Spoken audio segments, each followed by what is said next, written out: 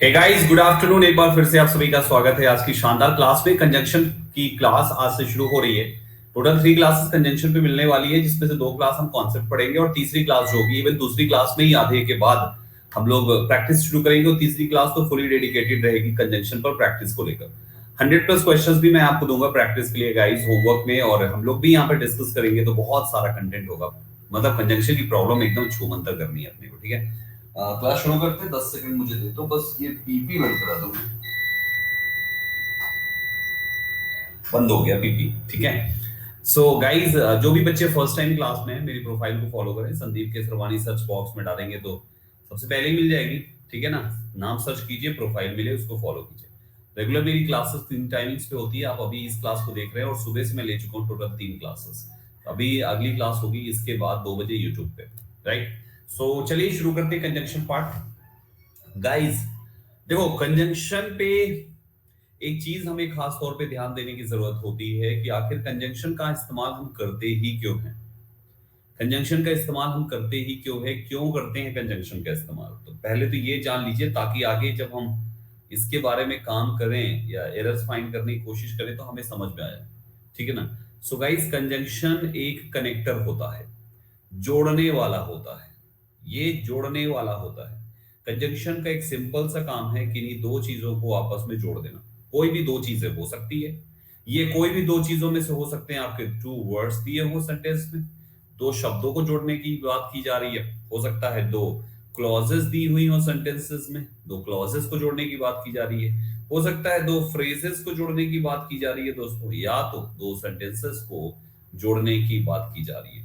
तो कुल मिला के किन्हीं दो को जोड़ता है, वो दो में कुछ भी हो सकता है। वो दो में कुछ भी हो सकता है भाई साहब। आपके इंग्लिश में जो दो जुड़ेंगे वो यही होंगे। इनके अलावा पांचवा कुछ है ही नहीं इंग्लिश में। या तो वर्ड्स है, क्लॉजेस है, फ्रेजेस है, सेंटेंसेस है, या तो लेटर्स कह लो यार। लेटर्स को, हाँ जी, लेटर्स ABCD A से Z, इन जिनसे इंग्लिश बनी हुई है, इनको जोड़ने के काम आ जाए, है ना। तो कुल मिला के मोटा मोटा बस ये याद रखो कि हमारा कंजंक्शन क्या है। कंजंक्शन एक ऐसा शब्द है जिनका इस्तेमाल होता है जोड़ने के लिए, ठीक है। एक बात समझ में आ गई। दूसरी इंपॉर्टेंट बात यह है कि ठीक है, जोड़ने के लिए इस्तेमाल होता है, तो हमें इसमें पढ़ना क्या है। पढ़ना यह है भाइयों कि कब कहां पर कौन सा कंजंक्शन इस्तेमाल करना है, कब कहां पर कौन सा कंजंक्शन इस्तेमाल करना है। यही तो मेन गेम है। आपके एग्जाम में यही चीज तो सीखना है। इस्तेमाल कौन सी जगह पे कौन सा कंजंक्शन होगा, यही तो सीखना है। अब जैसे फॉर एग्जांपल हमने आपसे कहा नेहा सिंग्स वेल, नेहा अच्छा गाती है। आपने कहा शी इज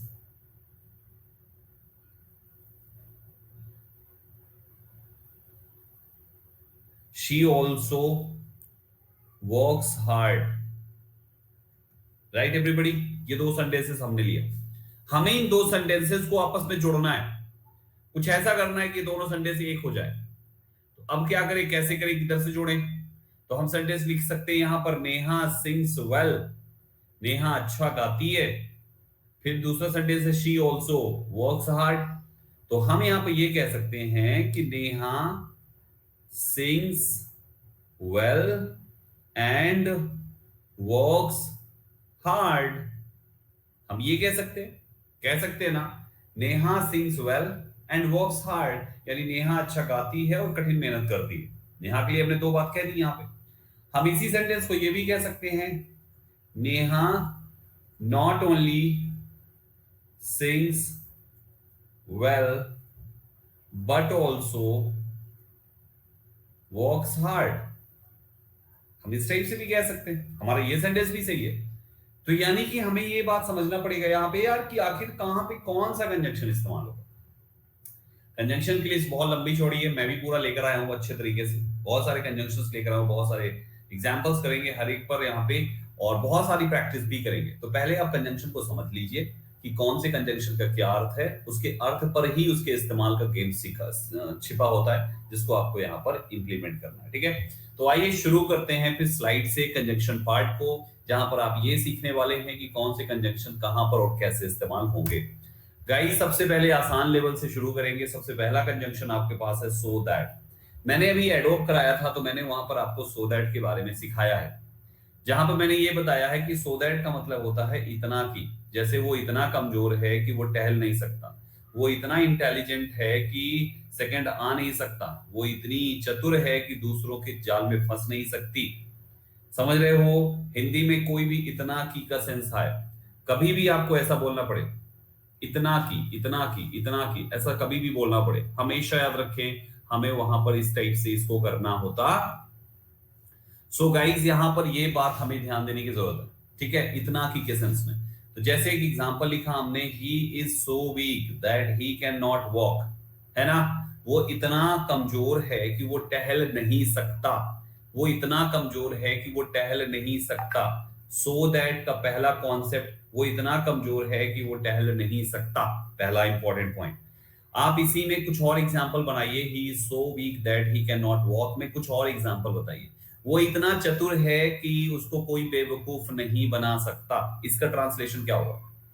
इसका ट्रांसलेशन क्या होगा? चलो बनाओ भाई सभी। वो इतना चतुर है कि उसको कोई बेवकूफ नहीं बना सकता। शी इज सो क्लेवर, आगे बताओ क्या होगा?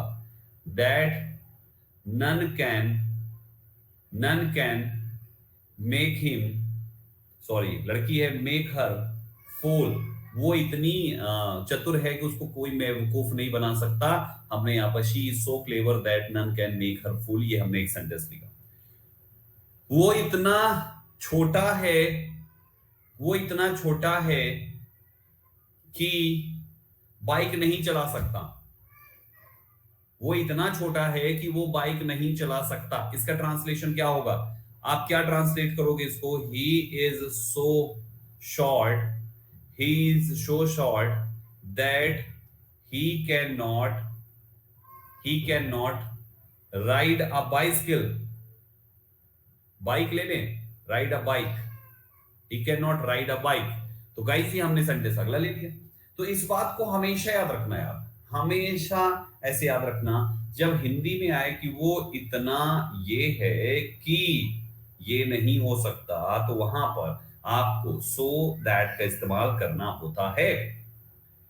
नाउ द पॉइंट इज कि सो दैट के केस में एक और शब्द आता है भाइयों, एक और शब्द सो दैट के केस में आता है, और वो होता है टी डबल ओ के साथ टी ओ। इसका भी मतलब सेम है दोस्तों, दैट इज इतना की, सेम मीनिंग है इसकी, इसकी भी मीनिंग सेम है, इतना की।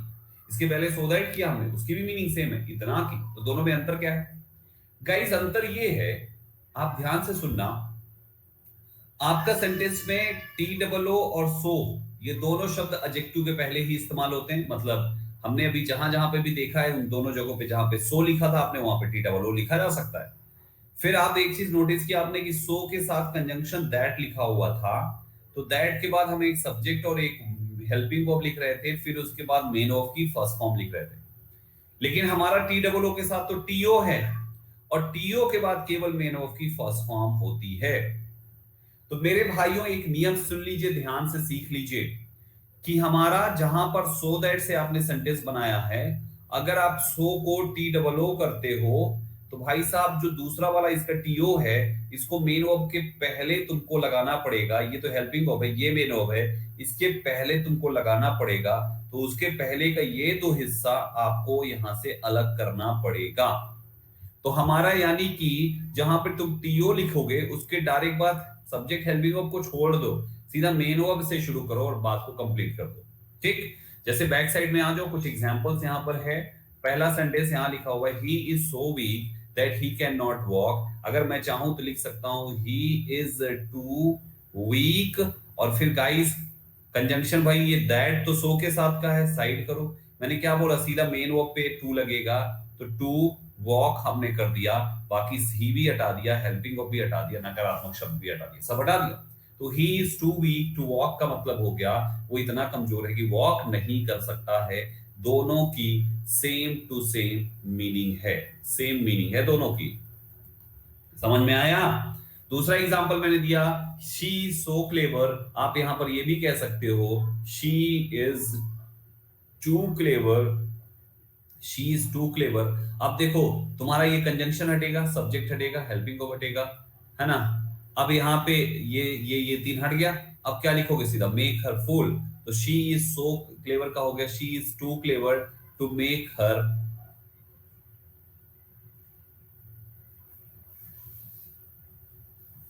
ठीक है ना। तो गाइज यहां पर ये हो गया। नेक्स्ट सेंटेंस है, he is so short that he can not ride a bike. आप इसको ही लिख सकते हो, he is too short, he is too short, he is too short to ride a bike. Right everybody.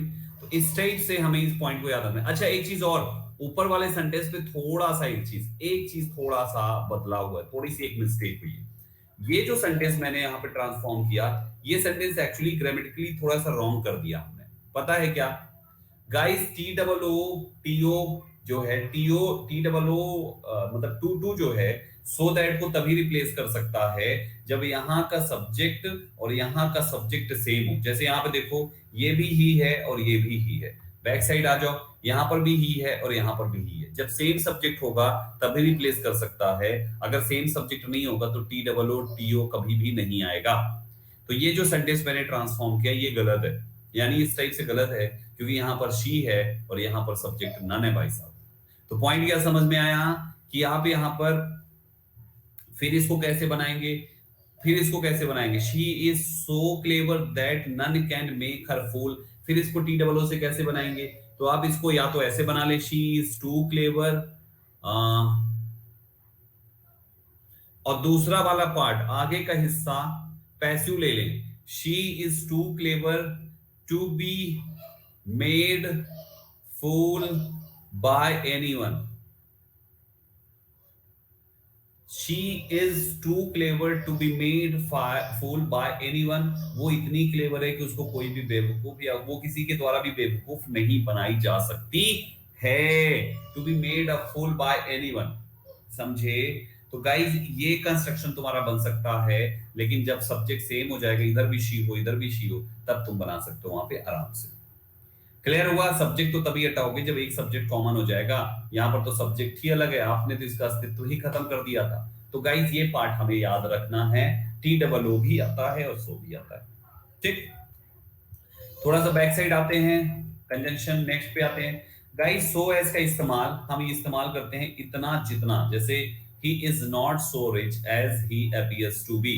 वो इतना rich नहीं है जितना वो होने का दिखता है। तो ये सो एज और एज ये दो शब्द हमारे पॉजिटिव डिग्री के एडजेक्टिव में मैं आपको पढ़ा चुका हूं। यस और नो एवरीबॉडी? ये पॉजिटिव डिग्री के एडजेक्टिव में मैं आपको अच्छे से पढ़ा चुका हूं, तो आप इसमें बिल्कुल भी छेड़खानी ना करें। ये पॉजिटिव डिग्री के एडजेक्टिव में ऑलरेडी हो चुका है। यस और नो? सेम चीज हम वहां पे पढ़ा चुके हैं, तो सेम चीज आप वहां से पढ़ सकते हो। क्यों बच्चों? ठीक है ना? तो ये दोनों मैं आप पे डाल दूं। ग्रेट। अगले पार्ट पे आइए दोस्तों। देखो, आपने सो एज तो पढ़ा है लेकिन एज सो नहीं पढ़ा, दोनों अलग चीज है। सो एज का मतलब इतना जितना जो हिंदी मीनिंग होती है, लेकिन एज सो का मतलब होता है जैसा वैसा। जैसे आपने कहा जैसा तुम बोगे वैसा तुम काटोगे, as you sow so shall you reap. जैसा बच्चा वैसा, as is the child so is the man. जैसा बच्चा वैसा आदमी, मतलब दोनों बेवकूफी भरे काम कर रहे हैं। जैसा बाप वैसा बेटा, ट्रांसलेट करो इसको, जैसा बाप वैसा बेटा। ट्रांसलेट करो, जैसा बाप, एज सो से बनना है जैसा वैसा, जैसे को तैसा, जैसा वैसा। कम ऑन एवरीबॉडी, जैसा बाप वैसा बेटा। As is the father, as is the father so is the son. जैसा बाप वैसा बेटा। और लिखो और बताओ, जैसा राजा वैसी प्रजा, जैसा राजा वैसी प्रजा।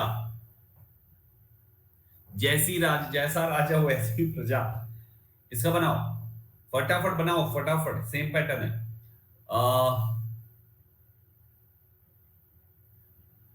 जैसा उसने कहा वैसा तुम्हें करना पड़ेगा, जैसा उसने कहा वैसा तुम्हें करना पड़ेगा।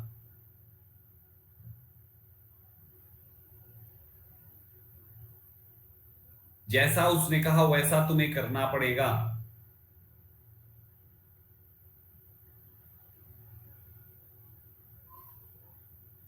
जैसा उसने कहा, जैसा, जैसा, एज उसने कहा, ही सेड, वैसा, वैसा, so you will have to do. As he said, so you will have to do. Right, everybody? As he said, so you will have to do. जैसा उसने कहा वैसा तुम्हें करना पड़ेगा। ग्रेट। तो आई होप अब आप समझ गए हो कि जैसा वैसा जब आएगा तो उसको आप आराम से इस टाइप से बना दोगे। समझ रहे हो ना? सेंस पे समझो। जब भी ऐसा मीनिंग निकल गया है ना यार, अपना ऐसे ही बस गेम खेल जाओ। कंजंक्शन में कुछ भी नहीं है, आसान है, सब सिखा दूंगा यहाँ पे। फिर अगले पे आ जाओ दोस्तों। एज सो हो गया, फिर आता है वेदर और। जैसे यहां पर वेदर और का मतलब होता है चाहे या, चाहे। ये वेदर मौसम वाला नहीं है, वो स्पेलिंग दूसरी होती है, WEA होती है। WHETHER का मतलब होता है चाहे या, इसका फॉलोवर होता है दोस्तों और। जैसे it's your choice whether you come और नॉट, ये तुम्हारा चॉइस है, तुम चाहे आओ चाहे ना, है ना? तो वेदर और पे कुछ और कर लेते हैं दोस्तों। WHETHER, वेदर के साथ और लगाते हैं, जिसका मतलब होता है चाहे या, चाहे ये हो या ना हो। ठीक, जैसे आपने कहा चाहे तुम्हारी मर्जी, तुम चाहे उससे बात करो चाहे ना करो। तुम्हारी मर्जी, तुम चाहे मुझसे बात करो चाहे ना करो। तुम्हारी मर्जी, तुम बॉक्सिंग करने जाओ चाहे ना जाओ। तुम्हारी मर्जी, तुम मुझसे शादी करो चाहे ना करो। क्या होना चाहिए? ट्रांसलेट करो इसमें से कोई भी sentence. It's your choice, it's your choice लिखो पहले। It's your choice, it's your choice whether you want to marry her or not. It's your choice, तुम उससे शादी करना चाहते हो या नहीं, It's your choice. whether तुम इससे करना चाहते हो, तुम इससे करना चाहते हो नहीं, तुम्हारी मर्जी, है ना?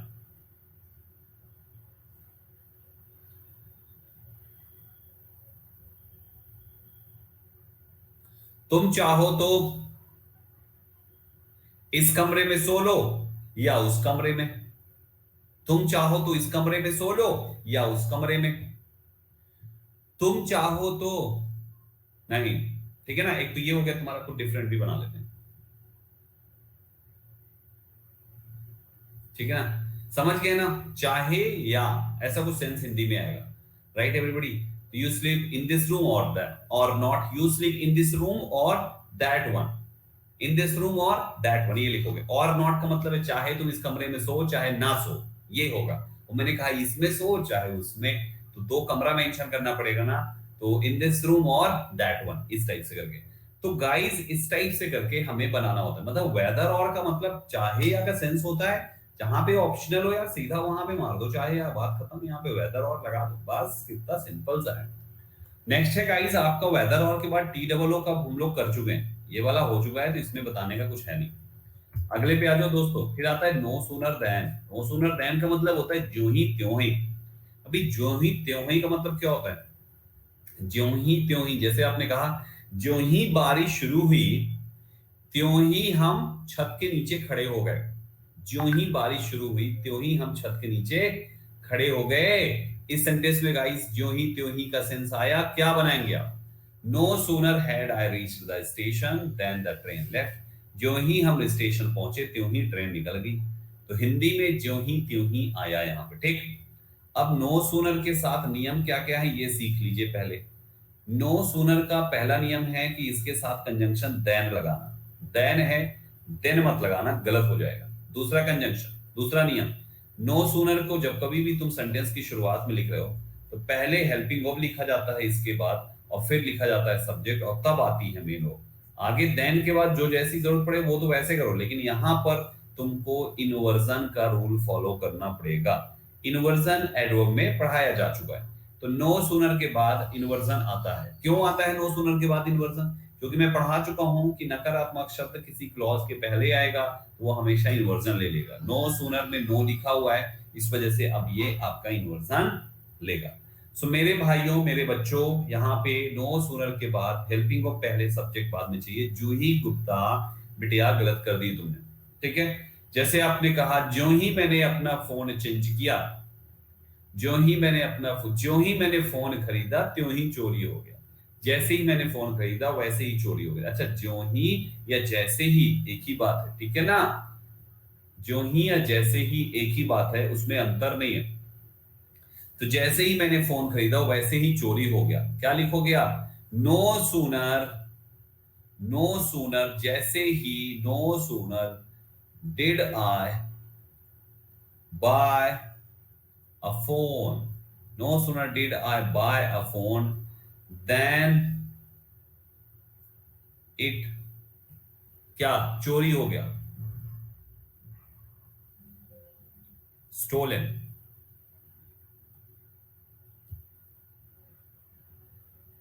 ठीक है, स्टोलन लिख दो या तो मिस्ड लिख दो, नहीं मिला, चोरी हो गया, कुछ भी लिख दो, ठीक है ना। सो गाइस इस टाइप से देखो, यहां पे बन गया हमारा यहाँ पे। तो गाइस ये पॉइंट याद रखना है आपको, ये पॉइंट याद रखना है कि जब कभी भी आपको नो सुनर से शुरू करना, दो इंपॉर्टेंट बात, सबसे पहला इसके डायरेक्ट बाद हेल्पिंग ऑफ लगाना, और दूसरी इंपॉर्टेंट बात कंजंक्शन दैन ही लगाना नो सुनर के साथ, ठीक है। एक बच्चे ने पूछा सर इन्वर्जन क्या होता है? इन्वर्जन मतलब होता है बच्चे कि जब सब्जेक्ट को हेल्पिंग ऑफ, सब्जेक्ट से पहले हेल्पिंग ऑफ लिख दिया जाता है तो इसी बात को इन्वर्जन कहते हैं, ठीक है। इस टॉपिक के अच्छे से पढ़ने के लिए एडवर्ब क्लास को एक बार देख लेना, पढ़ा चुका हूं, वहां पे तुम्हें सब मिल जाएगा, ठीक। अच्छा, कुछ और एग्जांपल्स देता हूं, फटाफट कमेंट पे बनाओ। जैसे ही मैंने उसे देखा वैसे ही मेरा हार्ट बीट तेज हो गया। जैसे ही मैंने उसको देखा, देखते ही प्यार हो गया, हार्ट बीट तेज हो गया। चलो बताओ जल्दी से सेंटेंस, सेंटेंस बनाओ। कुछ लोग इसको बनाओ, कुछ लोग दूसरा बनाओ। जैसे ही बच्चे ने बाप को देखा वैसे ही भागकर उसको गले लगा लिया, या जैसे ही बाप ने बच्चे को देखा भागकर उसको गले लगा लिया।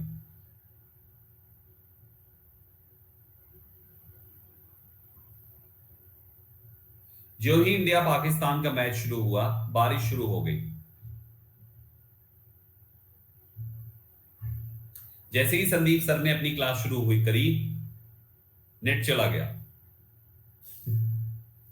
सबका बनाओ मेरे भाइयों। जरूरी नहीं कि जैसे ही या ज्यों ही के लिए हमें बाद वाला जो शब्द है ज्यों ही या जैसे ही ये हुआ त्यों ही, तो त्यों ही हिंदी में लिखा ही हो, ऐसा नहीं है।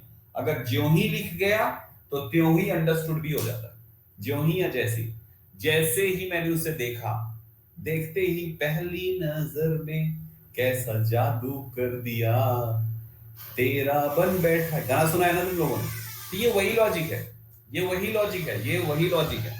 जैसे ही ज्यों ही, लॉजिक वही है। पहली नजर में कैसा जादू कर दिया, दीवाना बन बैठा है तेरा पिया, है जी।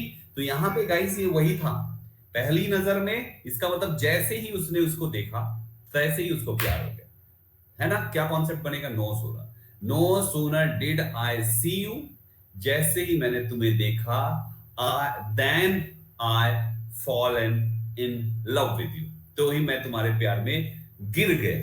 तो गाइस वो कंडीशन में क्या है? जैसे ही, वैसे ही, तैसे ही, जो भी कह लो यहाँ पे, ठीक है ना। तो सिंपल लॉजिक है यार, कुछ नहीं है।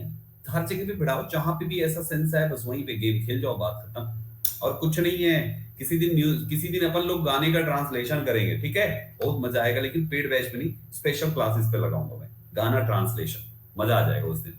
चलो, तो नो सुनर हो गया। फिर अगले पे आ जाओ, हार्डली स्कार्सली के साथ व्हेन का इस्तेमाल। देखो, हार्डली स्कार्सली का मतलब होता है मुश्किल से, हार्डली स्कार्सली मींस होता है मुश्किल से, मुश्किल से, मुश्किल से, मुश्किल से। तो मुश्किल से ही कोई चीज हुआ है कि मतलब यार ये हो नहीं रहा था, एक तो हो गया, कोई तरह मुश्किल से, कोई तरह बड़ी मुश्किल लगी इस काम के होने में, और जो ही इतनी मुश्किल से ये काम हुआ तो ही ये दूसरा नौटंकी आ गया। तो एक इंपॉर्टेंट बात याद रखना कि यहां से मुश्किल से जब कभी भी कोई एक काम हुआ तो जब आप यहाँ पर व्हेन के बाद दूसरी क्लॉज लिखोगे तो वो हमेशा इसका विपरीत होगा, मतलब अनवांटेड चीज होगा। मुश्किल से ही शादी फिक्स हुई थी, मुश्किल से ये चीज हुआ था कि उसका एक्स आ गया उस शादी में। मान लीजिए कोई लड़की है कोई लड़की है जिसकी मुश्किल से शादी फिक्स हुई थी, मुश्किल से उसकी शादी फिक्स हुई थी, हो ना रही थी, क्यों? क्योंकि वो उसका अपना पुराना पास था, पास से वो उबर नहीं पा रही थी, कोई तरह उबरी, फिर उसके बाद अचानक पता नहीं कैसे मुश्किल से ही शादी फिक्स हुई, वो ऐसे ही क्या हो गया, उसका एक आके खड़ा हो गया जयमाल मंगलसूत्र डालते समय। अब ये करे मंगलसूत्र ना डलवाऊंगी मैं, तो भाई साहब मामला वहां पे बिगड़ सकता है मुश्किल से। तो मतलब ये मुश्किल से हार्डली स्कार्सली के बाद जो आप बात लिखोगे, इसके बाद जब आप वेन लगा के जो बात लिखोगे ना, वो पर्टिकुलर बात अनवांटेड होगी, कि मतलब नहीं चाहिए फिर भी हो रही है, नहीं चाहिए फिर भी हो रही है, तो वहां पे समझ जाना तुमको हार्डली स्कार्सली के साथ वेन लगाना। अब देखो इसमें कुछ नियम याद रखना, ध्यान से सुनो हार्डली स्कार्सली का। पहले एक एग्जांपल यही वाला देख लो, he had hardly reached the station, मुश्किल से ही वो स्टेशन पहुंचा था, वैसे ही बारिश शुरू हो गई। बारिश अनवांटेड है, उसको चाहिए नहीं, हो गई बारिश, नहीं चाहिए भाई फिर भी हो गई, तो हमने वहां पे क्या लगा दी है। कुछ और एग्जांपल्स, हार्डली स्कार्सली गाइस लिखो यहाँ पे हार्डली। अच्छा कुछ और चीजें भी होती है, स्कार्सली, रेयरली भी होता है भाइयों, और बेयरली भी होता है। ये चार शब्द लिख लेना, फिर आगे चल के तुम्हारा WHEL। पहला नियम, इन शब्दों से के साथ वेन लगाकर ही दूसरी क्लॉज जोड़ना। अगर ये शब्द सेंटेंस में है तो वेन लगाकर ही दूसरी क्लॉज जोड़ना, पहली इंपॉर्टेंट बात। दूसरी इंपॉर्टेंट बात ये है कि इनको सेंटेंस में, ये जो चार शब्द हैं ये सेंटेंस में दो जगह पे इस्तेमाल हो सकते हैं। पहला हो सकता है सेंटेंस का सब्जेक्ट, फिर सेंटेंस की हेल्पिंग वर्ब, फिर ये हार्डली, स्कार्सली, रेयरली, बेयरली, और उसके बाद मेन वर्ब। मतलब तुम्हारा मेन वर्ब के पहले ये चार शब्द आ सकते हैं, पहला पॉइंट। अभी बैक साइड एग्जांपल देख लो, मेन वर्ब के पहले ही तो लिखा है, रजिस्टर के पहले हार्डली लिखा है ना, रजिस्टर के पहले हार्डली, मेन वर्ब के पहले लिखा है ना, तो ये पहला कंस्ट्रक्शन है।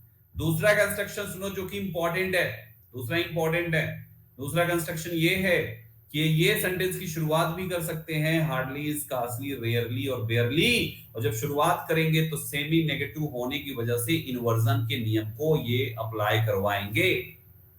यानी इसके बाद हेल्पिंग को पहले चाहिए, फिर सब्जेक्ट चाहिए, ये याद रखना। वेन के बाद तो भाई साहब सब्जेक्ट ही वो है, उससे मतलब नहीं है। तुम्हारा हार्डली, स्कार्सली, रेयरली, बेयरली अगर शुरू में लगाया तो भाई साहब तुम्हें हेल्पिंग को पहले चाहिए। इसका मतलब ये हो गया कि अगर बैक साइड में ये जो एग्जांपल लिखा हुआ है, अगर मुझे इसमें हार्डली को शुरू में लेना पड़ गया तो तुम्हारा सेंटेंस बनेगा बच्चा लोग, hardly had he, hardly had he reached, REACHED, reached the station, hardly had he reached the station when it began to rain. Got this point बच्चा लोग? तो इस पॉइंट को याद रखना कि तुम्हें इस टाइप से गेम खेलना है। हार्डली शुरू में आया तो इन्वर्जन, नहीं तो मेन वर्ब के पहले तो आता ही है, एडवर्ब है भाई, एडवर्ब है, मेन वर्ब के पहले तो आता ही है। Got it? अब आ जाओ कुछ एग्जांपल्स करते हैं, और कुछ एग्जांपल्स, शुरू हो जाओ।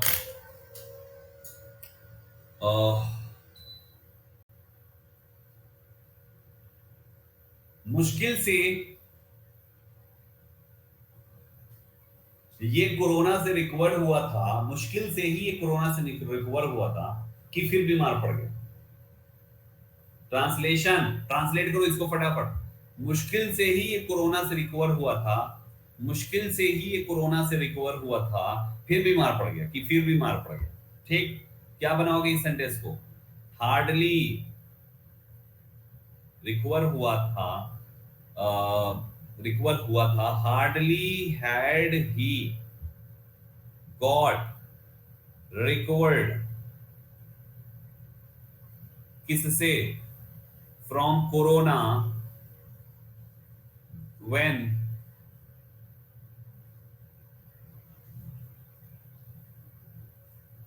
व्हेन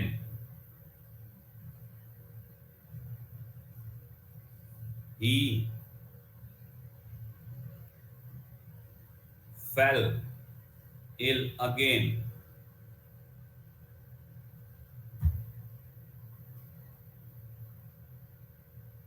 समझ गए?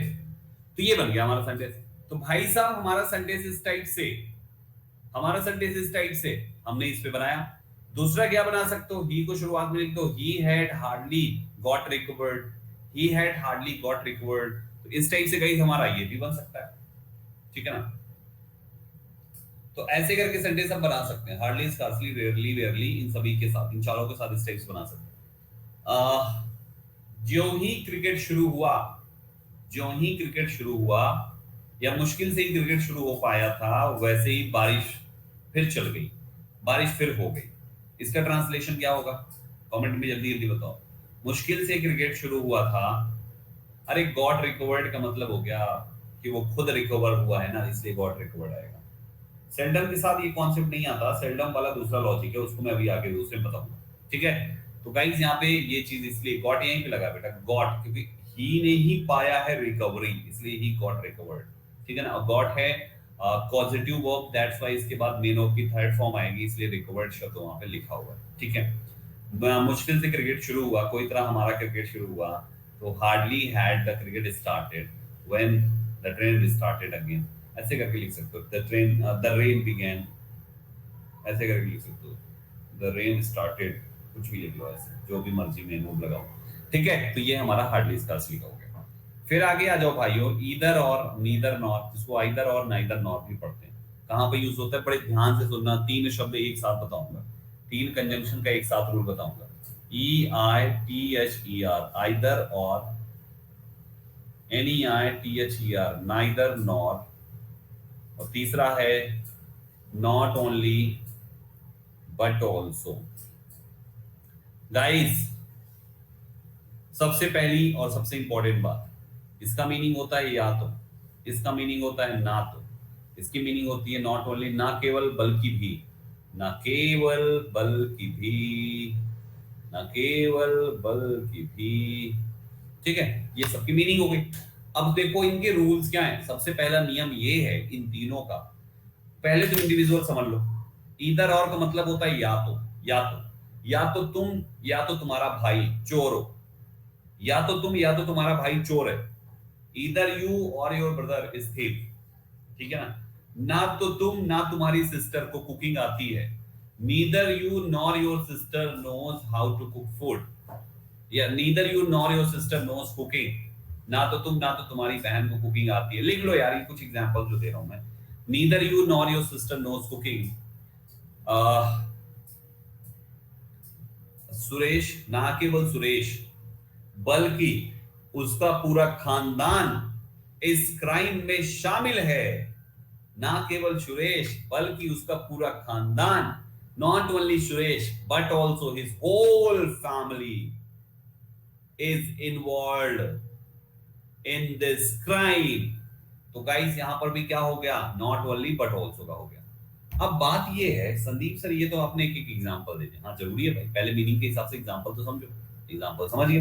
अब रूल्स सुनो मेरे भाइयों, सबसे पहला नियम ये है कि जब आप इनका इस्तेमाल किसी सेंटेंस में कर रहे हो, तो आप सेंटेंस में कितने हिस्से होते हैं सेंटेंस के, एक सेंटेंस में होता है, सेंटेंस के सब्जेक्ट होता है, सेंटेंस में वर्ब होता है भाइयों, सेंटेंस में ऑब्जेक्ट भी होता है, कॉम्प्लीमेंट भी होता है, रिमेनिंग हिस्सा पूरा का पूरा, ये होते हैं हमारे सब्जेक्ट में।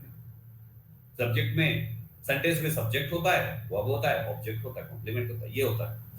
तो नियम ये कहता है कि इन तीनों का जब भी सेंटेंस में इस्तेमाल करना ना भाई, इन तीनों को जब भी सेंटेंस में इस्तेमाल करना ना, आप देखो हर एक कंजंक्शन के दो हिस्से हैं, एक हिस्सा दो हिस्सा, एक हिस्सा दो हिस्सा, एक हिस्सा दो हिस्सा, दो दो हिस्से हैं ना। तो रूल ये कहता है जब भी सेंटेंस में यूज करना, वो जो दो हिस्से हैं ना, वो दो हिस्से, दो के दोनों या तो सब्जेक्ट के साथ लगे, या तो वर्ब के साथ लगे, या तो ऑब्जेक्ट के साथ, या तो कॉम्प्लीमेंट के साथ। कहने का मतलब यह है कि सेंटेंस में सब्जेक्ट दो होना चाहिए, अगर सब्जेक्ट के साथ वो आ रहा है तो। सेंटेंस में वर्ब दो होनी चाहिए, अगर वो वर्ब के साथ आ रहा है तो। अगर वर्ब एक है तो कभी वर्ब के साथ नहीं लगेगा। जो इसमें से एक है उसके साथ कभी भी ये शब्द इस्तेमाल नहीं होंगे, ये बात हमेशा याद रखना। जो भी इन चारों में से एक होगा उसके साथ कभी नहीं आएगा। दो होना चाहिए, और किसी एक का ही दो होना चाहिए, या तो सब्जेक्ट दो, वर्ब दो हो, ऑब्जेक्ट दो हो, कॉम्प्लीमेंट दो, और इन्हीं में जो दो है उन्हीं में दोनों के साथ लगा दो। ठीक है, किसी एक एग्जांपल देता हूं। सपोज तुमने एक सेंटेंस में कहा,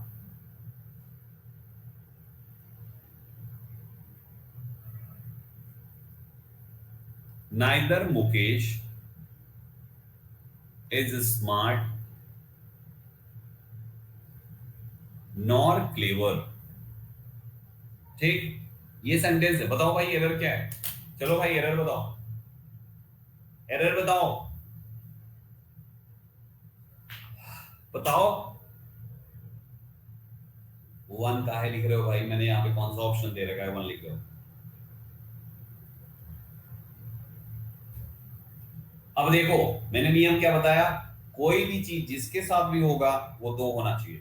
हमने नाइदर को मुकेश के पहले लगाया, मुकेश सेंटेंस का सब्जेक्ट है, तो क्या हमारे पास सेंटेंस में दो सब्जेक्ट्स हैं? हैं दो सब्जेक्ट्स अपने पास? तो नहीं है, तो इसका मतलब सब्जेक्ट के साथ तो भाई साहब ना लगेगा यहां पे। अब इसका नाइदर के दूसरे हिस्से के पास पहुंचो, दूसरा हिस्सा पहुंचो यहाँ पे, नॉर। नॉर किसके पहले लगा है? क्लेवर के पहले। क्लेवर क्या है यहाँ पे? एडजेक्टिव। क्या हमारे पास सेंटेंस में नाउन को क्वालिफाई करने वाले दो एडजेक्टिव्स हैं? हैं दो एडजेक्टिव्स? क्या हमारे पास सेंटेंस में नाउन को क्वालिफाई करने वाले दो एडजेक्टिव्स हैं? हैं। एक है क्लेवर, दूसरा है स्मार्ट। बस ये नाइदर नॉर के दोनों हिस्से इन्हीं दोनों के साथ एक एक करके लगने चाहिए। नॉर क्लेवर तो है, स्मार्ट के साथ नाइदर कर दो, यहां पे आना चाहिए। समझे? सेंटेंस होगा Mukesh is neither smart nor clever, neither smart nor clever. ये सेंटेंस बोलो। समझ गए तो बोलो यस सर, थम्स अप दे दो। बहुत देर से थम्स अप नहीं मारे हो आप लोग। क्लियर हुआ? कॉमन पार्ट्स ऑफ स्पीच का कोई रूल नहीं है बेटा, कॉमन पार्ट्स ऑफ स्पीच का कोई रूल नहीं है, क्योंकि कॉमन पार्ट्स ऑफ स्पीच बालक, यहाँ पे तुम्हारा सब्जेक्ट और तुम्हारा ऑब्जेक्ट अगर नाउन होगा तो कॉमन पार्ट्स ऑफ स्पीच हो जाएगा। जैसे मुकेश हेल्प्ड सुरेश, भाई साहब मुकेश हेल्प्ड सुरेश में मुकेश सुरेश दोनों नाउन हुए कि नहीं? कॉमन पार्ट्स ऑफ स्पीच हो गया। केवल कॉमन पार्ट्स ऑफ स्पीच से काम नहीं चलेगा, पार्ट्स ऑफ स्पीच तो कॉमन होना ही चाहिए, उसके अलावा भी कुछ चीजें चाहिए। पार्ट्स ऑफ स्पीच तो कॉमन होना ही चाहिए, उसके अलावा भी कुछ चीजें चाहिए। Right everybody? उसके अलावा भी कुछ चीजें चाहिए होती है। ठीक, चलो। सो गाइस ये चीज हो गया। अब देखो यहाँ पे, तो हमें क्या करना है, बस इतना याद रखना, पार्ट्स ऑफ स्पीच तो कॉमन चाहिए ही चाहिए, उसमें कोई शक नहीं है, वो तो चाहिए ही चाहिए, कॉमन पार्ट्स ऑफ स्पीच तो चाहिए ही चाहिए भाई साहब। लेकिन दूसरी बात ये है कि वहां पे कॉमन पार्ट्स ऑफ स्पीच तो चाहिए ही चाहिए, दूसरी चीज ये है कि वो कॉमन पार्ट्स ऑफ स्पीच इनमें से किसी एक का ही होना चाहिए भाई साहब। ठीक है, इनमें से किसी एक का ही होना चाहिए वो कॉमन पार्ट्स ऑफ स्पीच, अलग अलग का नहीं कर सकते, मामला गड़बड़ा जाएगा। और एक और नियम है, तीसरा रूल सुनो, थर्ड रूल क्या है, अगर ये दोनों हिस्से तीनों कंजंक्शन में से कोई भी अगर इनके दोनों हिस्से सब्जेक्ट में आ गए ना भाई साहब, तो वहां पे जो वर्ब आप यूज करेंगे, ये वर्ब इनमें जो दूसरा वाला सब्जेक्ट होगा जो यहां पर लिखा होगा second subject, second subject, second, उसके अकॉर्डिंग आपको लिखना है। ठीक है, जैसे इस पर भी एक एग्जांपल ले लीजिए। आपने कहा आइदर संतोष और हिज सिस्टर, आइदर संतोष और हिज सिस्टर, दोनों सब्जेक्ट के हिस्से में आ गए। हमें यहाँ पे हेल्पिंग वर्ब लिखनी है, हमें फर्स्ट सब्जेक्ट से मतलब नहीं है, फर्स्ट सब्जेक्ट साइड करो, सेकंड सब्जेक्ट में उसकी बहन है, हम बहन के लिए क्या यूज करेंगे? इज। अगर आगे हमको प्रोनाउन चाहिए होगा, हम प्रोनाउन यही बहन के हिसाब से ही लगाएंगे, that will be her she, जैसी जो जरूरत पड़े। तो कुल मिला के भाइयों ऐसे करके गेम को समझा जाता है। तो ये दो तीन चीजें आपको याद रखना। ठीक है, अब कुछ एग्जांपल्स देता हूं, चलो ध्यान से सुनो।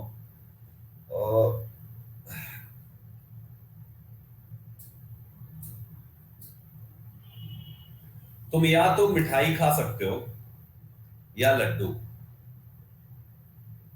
तुम या तो मिठाई खा सकते हो, या तो तुम मिठाई खा सकते हो, या तो तुम मिठाई, देखो मैं हिंदी सेंटेंस गलत बोल बना के भेजूंगा, समझ लो ध्यान से।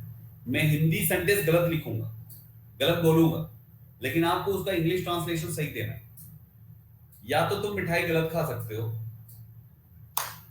तुम या तो मिठाई गलत खा सकते हो, नहीं यार क्या करा रहे हो तुम, कंफ्यूज कर दिए।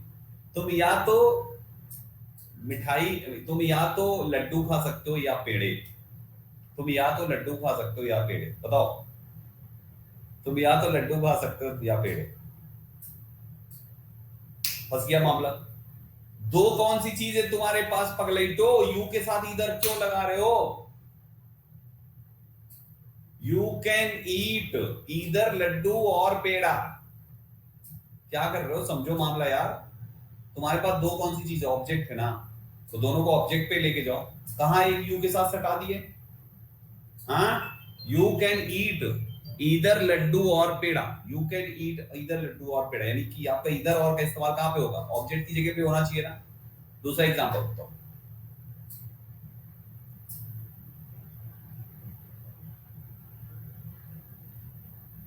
या तो तुम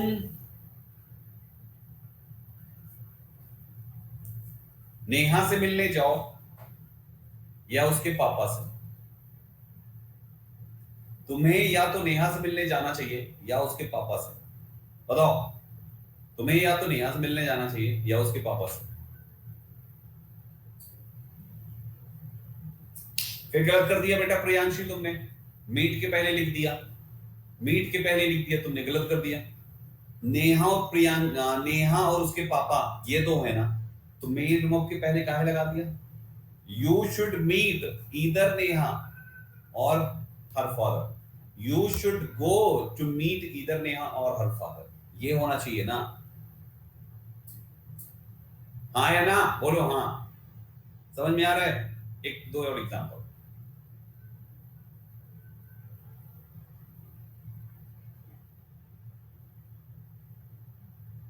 तुम ना ही यहां पे रहने के लायक हो, तुम ना ही भरोसे के लायक हो, और ना ही किसी काम के। तुम ना ही भरोसे के लायक हो और ना ही किसी काम के। इसका ट्रांसलेशन क्या होगा? तुम ना ही भरोसे के लायक हो और ना ही किसी काम के। बोलो भाई, जल्दी जल्दी।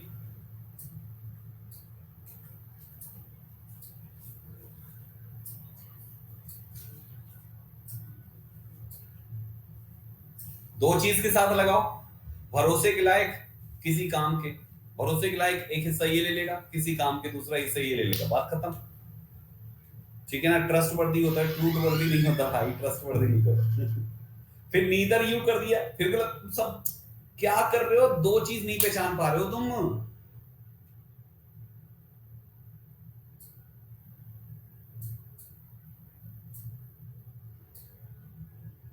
तुम यहां नहीं रह सकते और ना ही तुम्हारा भाई। इसका ट्रांसलेशन क्या होगा? तुम यहां नहीं रह सकते और ना ही तुम्हारा भाई।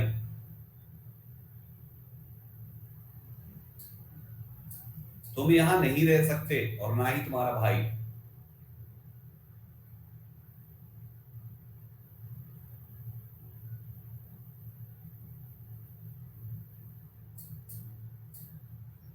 Exactly, neither you nor your brother can live here. शाबाश, देखो बना तो लिया। अब क्या चाहिए यार, सीख तो गए। तो इस टाइप से हमारा ये पार्ट अच्छे से काम कर जाता है, ठीक है ना? तो नीदर नॉर आपका बन गया। बैक साइड आ जाओ गाइस, नीदर नॉर इधर और नॉट ओनली बट आल्सो, तीनों एक साथ निपटा दिया। अब आ जाओ बोथ हैंड पे गेम खेलते हैं।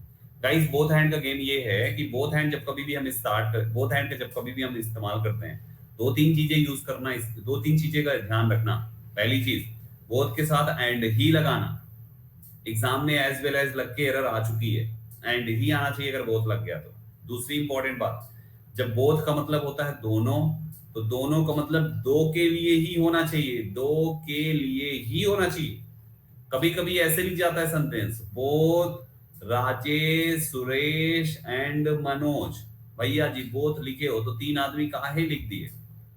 हाँ, अगर बोथ लिखा है तो तीन काहे लिख दिया? और तीन अगर है तो बोथ नहीं आना चाहिए, फिर ऑल आना चाहिए, ऑल राजेश सुरेश एंड मनोज। समझे ना? तो ये बात भी ध्यान देना है कि बोथ है तो दो के लिए ही आना चाहिए। और दूसरी इंपॉर्टेंट बात, जब दो ही हो गया तो एक से ज्यादा का मतलब तो प्लूरल हुआ ना, तो आपकी वर्ब क्या आनी चाहिए, प्लूरल आनी चाहिए भाई साहब। और एक अंतिम, चार नियम है, एक अंतिम चौथा रूल ये है कि बोथ वाली क्लॉज हमेशा पॉजिटिव होनी चाहिए। नेगेटिव वर्ड आप इसके साथ यूज नहीं कर सकते। आप नॉट नहीं लगा सकते कि दोनों राजेश और सुरेश अच्छे लड़के नहीं हैं, both Rajesh and Suresh are not good students, good boys. Are not good boys बोलोगे गलत हो जाएगा, बोथ के साथ नॉट नहीं आ सकता कभी। नॉट, नो, नेवर नहीं आ सकता, समझे आप।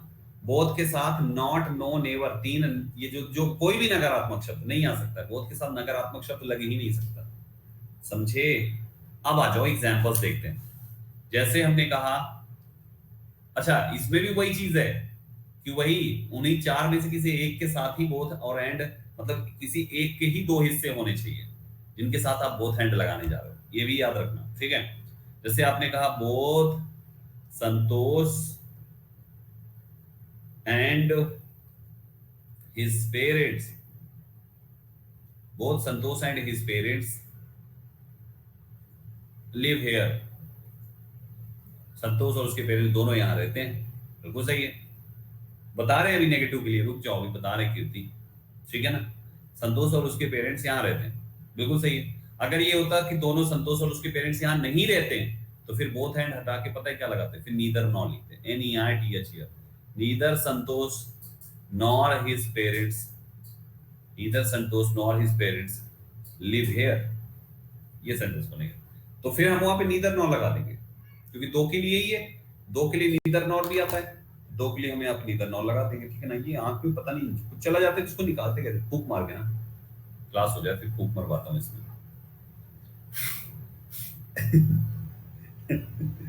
चलो, तो ये हो गया। तो गाइस हमारा बोथ हैंड के केस में इस बात को हमेशा याद रखना, इसमें ऐसी प्रॉब्लम आएगी। एरर किस टाइप से पूछेगा, एरर ऐसे पूछेगा, बोथ मनोज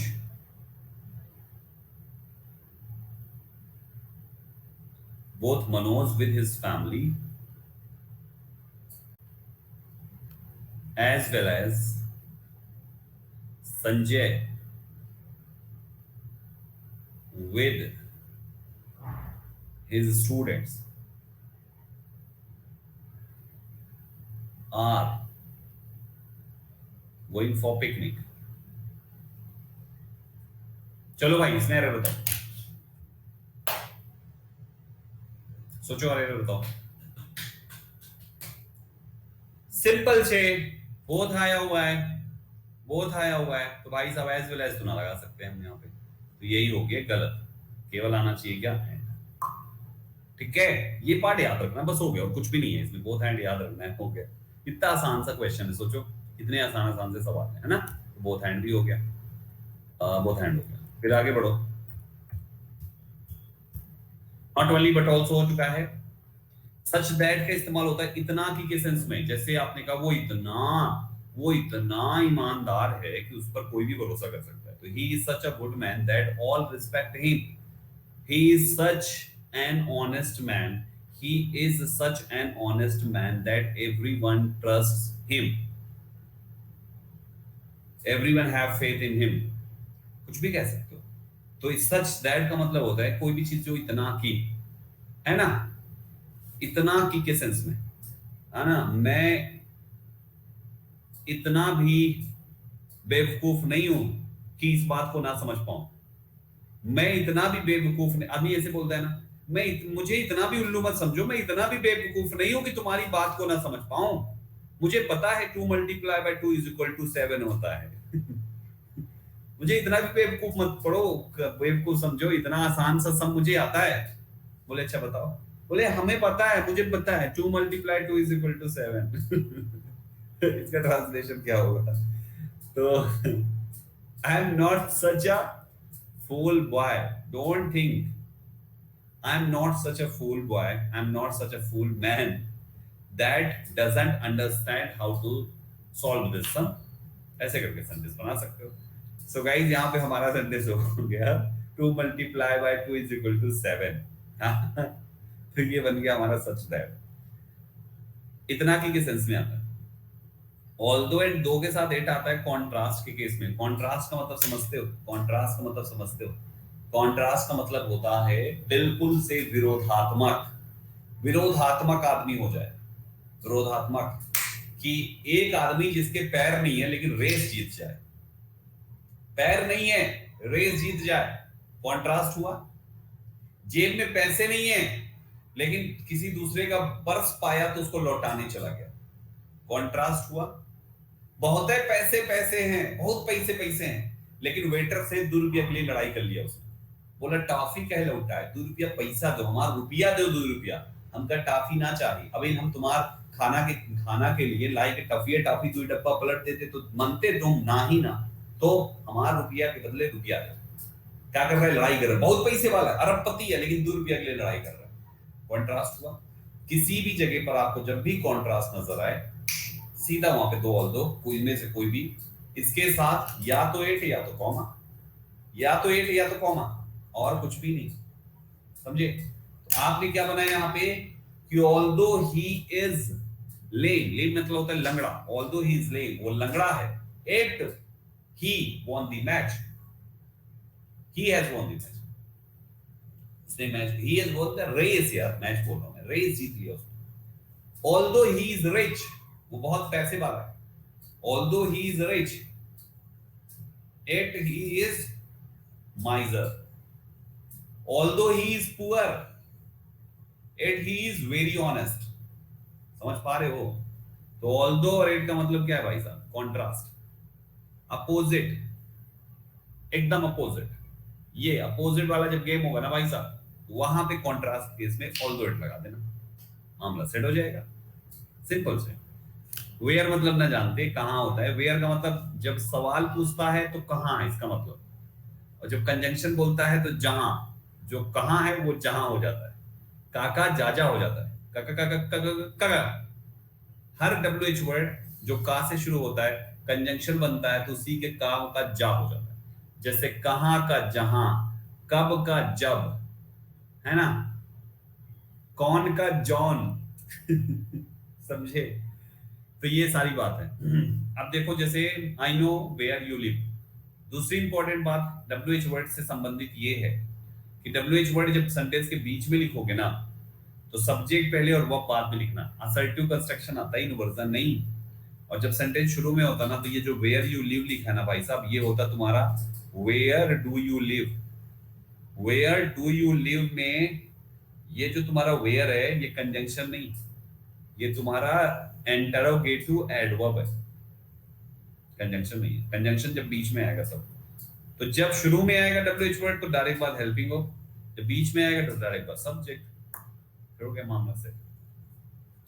वेयर मतलब जहां, वेयर मतलब जहां कहीं भी, है ना।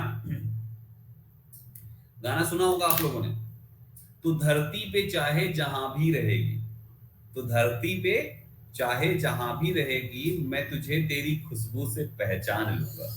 ऐसे कैसे भाई? क्या वो खुशबू छोड़ती है? खुशबू कहां से पहचान लेगा तू? आदमी है या कुत्ता है खुशबू दूसरे की सूंघते घूम रहा है तू? तो धरती पे चाहे जहां भी रहेगी, बाबू सोना मेरा, धरती पे चाहे जहां भी रहेगी मैं तुझे तेरी खुशबू से पहचान लूंगा। इस लाइन का जब तुम ट्रांसलेट करोगे इस लाइन को, तो इस लाइन में इस लाइन का ट्रांसलेशन होगा wherever you go on earth I will identify you by your smell. ये होगा wherever you go on earth, तू धरती पे चाहे जहां भी रहेगी। इतनी लंबी लाइन का ट्रांसलेशन है wherever you go on earth I will find you by your fragrance. By your fragrance, हाँ, बाय योर फ्रेग्रेंस। फॉग लंबा चलेगा, फॉग मार के घूमती है वो, बॉयज वाला, लड़कियों वाला नहीं, बॉयज वाला वही लंबा चलता है। तो गाइस यहाँ पे हमारा वेयर एवर का मतलब जहां कहीं भी। आप लोगों ने सुना होगा नजर जिधर जिधर जाए उधर तू ही नजर आए, गाना सुना है आपने? तो नजर जिधर जिधर जाए, नजर जिधर जिधर जाए उधर तू ही नजर आए। इसमें भी तुमने क्या बोला, जिधर जिधर नजर, तो नजर किसी न किसी प्लेस को ही तो जा रही है तुम्हारी, इधर इधर इधर इधर इधर इधर इधर इधर इधर। क्यों भाई, वो आदमी है या भूत है? नजर जिधर जिधर जाए उधर तू ही नजर आए। सुना ये गाना, इसको ट्रांसलेट करोगे ना तो इसमें भी आएगा कि wherever I see I found you, I find you. इतने का ट्रांसलेशन ये होगा, wherever I see I find you, जहां भी मैं देखता हूं तू ही नजर आती है। समझ पा रहे हो मैं क्या कहना चाह रहा हूं? तो दोनों में फिर अंतर क्या है संदीप सर? संदीप सर फिर दोनों में अंतर क्या है? वेयर और वेयर एवर में अंतर क्या है संदीप सर? अब ये बताइए, बहुत आसान अंतर है मेरे भाइयों। किसी भी WH वर्ड जिसके साथ जब एवर नहीं लगा होता तो उसका एक अपना पर्टिकुलर यूज है। जैसे वेयर है, वेयर जहां किसी ना किसी प्लेस को इंडिकेट करेगा, तो ये हमेशा किसी एक प्लेस को इंडिकेट करेगा, किसी एक प्लेस को, केवल एक जगह को। और जब तुम उसके साथ एवर जोड़ देते हो ना तो इसका मतलब होता है मल्टीपल। और अगर वो प्लेस वाला है तो मल्टीपल प्लेस, समय वाला है तो मल्टीपल समय, और भी कोई भी चीज है तो मल्टीपल वो चीज। Wherever, whenever, whatever, बहुत कुछ अभी आगे पढ़ाऊंगा मैं।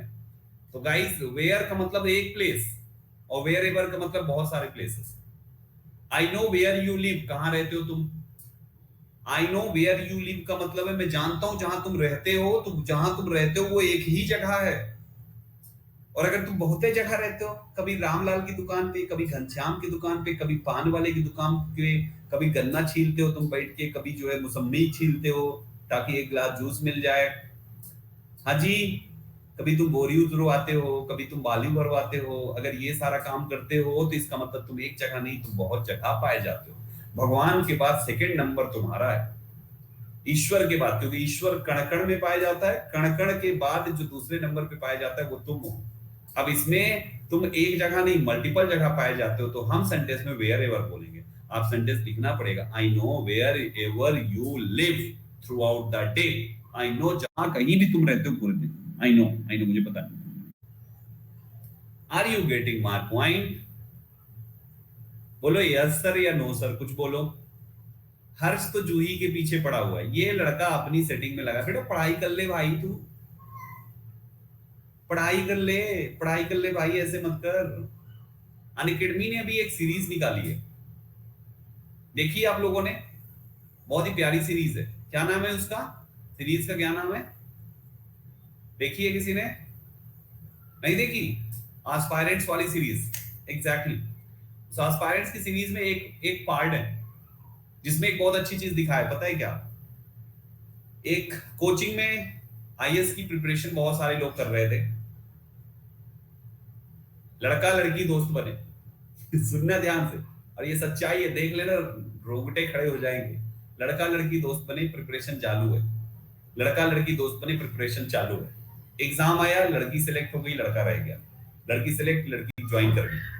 फिर अगला बैच ज्वाइन हुआ, लड़का लड़की दोस्त, वही लड़का दूसरी लड़की के साथ फिर से दोस्ती बन गई। साल भर तैयारी चली, लड़की सेलेक्ट हो गई, लड़की सेलेक्ट हो गई, लड़की अपना ज्वाइन कर गई, लड़का अभी भी वहीं पर टका टक। फिर उसके बाद तीसरा बैच आया, लड़की फिर एक नई लड़की के साथ लड़का की दोस्ती, लड़की लड़का दोस्त हुए, दोस्ती उनकी बरकरार रही। एग्जाम आया, लड़की सेलेक्ट हो गई, लड़का अभी भी है। ये सिलसिला इतना लंबा चला कि लड़के का लास्ट अटेम्प्ट निकल गया, लड़के का लास्ट अटेम्प्ट निकल गया, और उसके लास्ट अटेम्प्ट तक उसने पता नहीं कितने लोगों की नौकरी उसके साथ में लग गई, लेकिन उसकी ना लग पाई भाई साहब।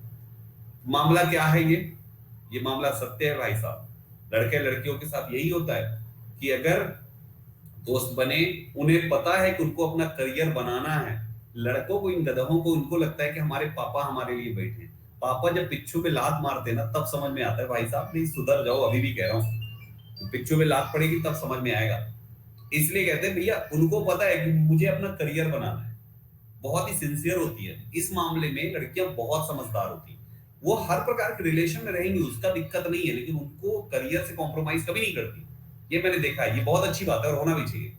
लड़कों में क्या है, महागधो लड़के, कोई हल्का सा स्माइल देते, दिन रात यही सोचते रहते उसका नंबर कहां से मिल जाए। सोचो, हल्का सा कोई स्माइल कर देगा, दिन रात एक ही दिमाग में चलता है, नंबर कहां से मिल जाए। हाय राम, दोस्त लगा देंगे अपने, यार उसका नंबर ढूंढ, यार तेरे लिए मैं ढूंढ के लाया था, मेरे लिए तू ढूंढ के ला, भाई है ना मेरा, ये नौटंकी चलती है। सोचो, ये अंतर होता है। यही है, लड़कियां ज्यादा कामयाब हैं, लड़के गधे के गधे रहते हैं। अब बाद में जिसके लिए ये पागल थे, वो तो इसको घास डालने वाली अब नहीं है, क्योंकि लेवल अलग हो गया ना भाई साहब। पहले बराबर थे, अब लेवल जमीन आसमान का हो गया। ये गधों का गधऊ रह गया, ये कामयाब है, तो ये तो अपने लेवल वाला खोजेगी ना, इस गधऊ से काहे रहेगी, और रहना भी नहीं चाहिए इसके, है ना। तो ये चीज है भाई साहब, तो ये कड़वा सच है। आप सबको बता रहा हूं, सुधर जाओ, पढ़ाई पे पूरा फोकस करो, बी सेल्फिश, बतियाओ किसी से, लेकिन पढ़ाई के समय केवल पढ़ाई। फिर देखो, लाइफ सेट होने के बाद एक बार लेवल बढ़ाओ, लेवल बढ़ जाएगा मेरे भाई।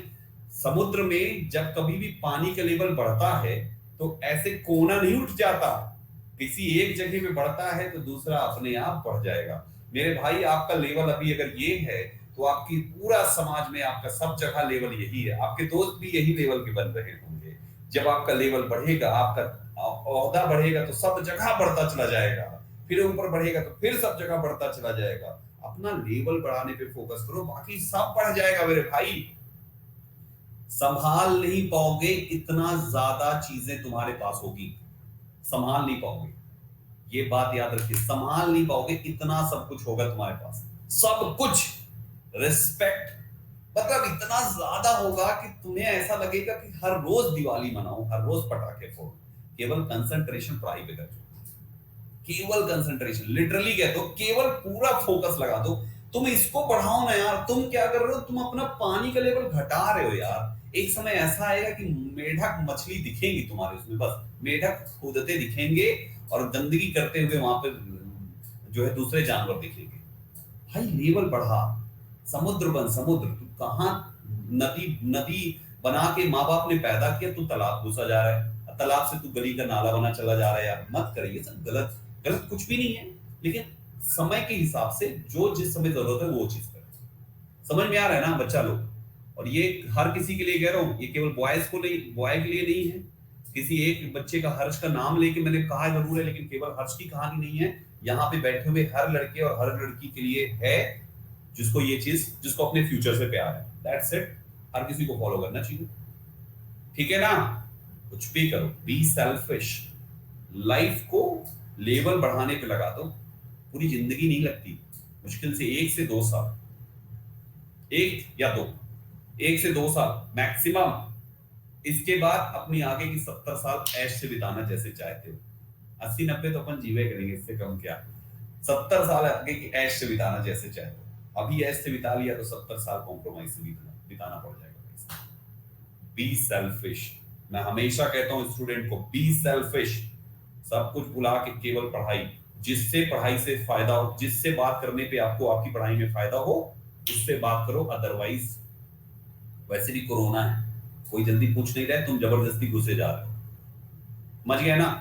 चलो गाइस, फिर अभी की क्लास में पे स्टॉप करते हैं। कंजंक्शंस और भी लेकर आया हूं, 1 2 3 4 अभी और। अरे बहुत बच गया यार, कल खत्म कर दूंगा मैं आपका, ठीक है ना। जितना भी है अच्छे से जाके तैयारी करो इन सभी को। और ये जितना भी आज नहीं पढ़ा है, एग्जाम्पल्स वगैरह दिया है मैंने, आप पढ़ लेना एक बार खुद से भी। कल फिर इसलिए थोड़ी सी स्पीड हमारी अच्छी हो जाएगी आपको समझाने में, ठीक है। मिलता हूँ फिर बाकी कल की क्लास में। अपना ख्याल रखिए। मेरी किसी भी बात का बुरा अगर आपको लगा हो तो लगे, हमें उससे क्या।